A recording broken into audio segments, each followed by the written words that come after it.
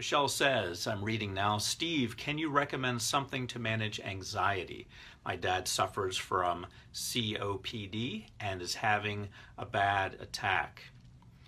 And chronic obstructive pulmonary disease, if I'm remembering correctly, is what COPD stands for. He's having a bad attack. When these attacks happen, it does cause a lot of worry and stress. I know it can't change the outcome, but just to help us get through the days when dad is bad. I understand that, and my dad had the same situation, and my heart goes out to you as well as you deal with that.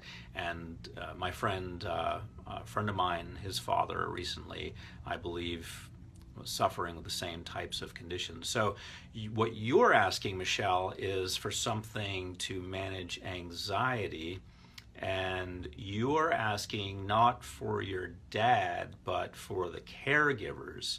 So I do have a recording for people who are caregivers of cancer patients. And I know that doesn't apply directly, but it's the same exact concept. You're dealing with someone who's got a very serious condition, and it causes stress on the caregivers. So I do have a recording for helping people who are the caregivers of patients to really pull it together, to be okay. Because when you are a caregiver for someone, not only are you helping them in some way, but you have to, as you're pointing out, Michelle, you have to take care of yourself as well.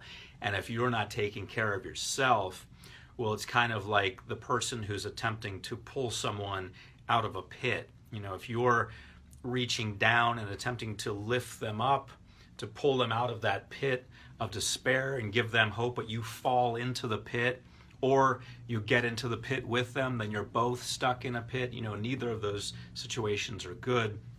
What you need is the strength to stand firm on your 2 feet outside of the pit, reach in with a strong grip, strong body, and pull them out. That's what we're talking about when we talk about helping people who are suffering from a disease when they're incapacitated and having difficult times. You need to work on yourself so that you can bolster yourself. And so that's what you're talking about.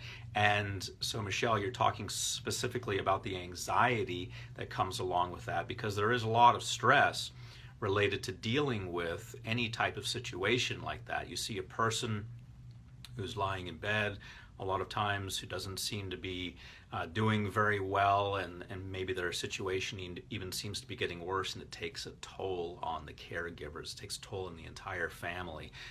I've been there. I've seen 2 parents pass away. I've seen the downward decline in them, and talking with them and interacting with them. I know the stress that it causes. The first time I dealt with it was when I was a child with my mom. For 2 years she was going through chemotherapy. Then my father passed away in 2004, and he was dealing with situations in the hospital, you know, having a tube down his throat, just you know, all sorts of horrible things he had to go through, and it causes tremendous stress on the family. So what I recommend, Michelle, is my recording for dealing with cancer patients, so caregivers. So you can just Google it, Steve G. Jones, cancer caregivers. You should be able to find it, and that is going to help you as a caregiver. So my heart goes out to you, Michelle, and anyone else who's dealing with cancer themselves or as a family member dealing with it. The stress can be tremendous on everyone, not just the patient, but the family, because they're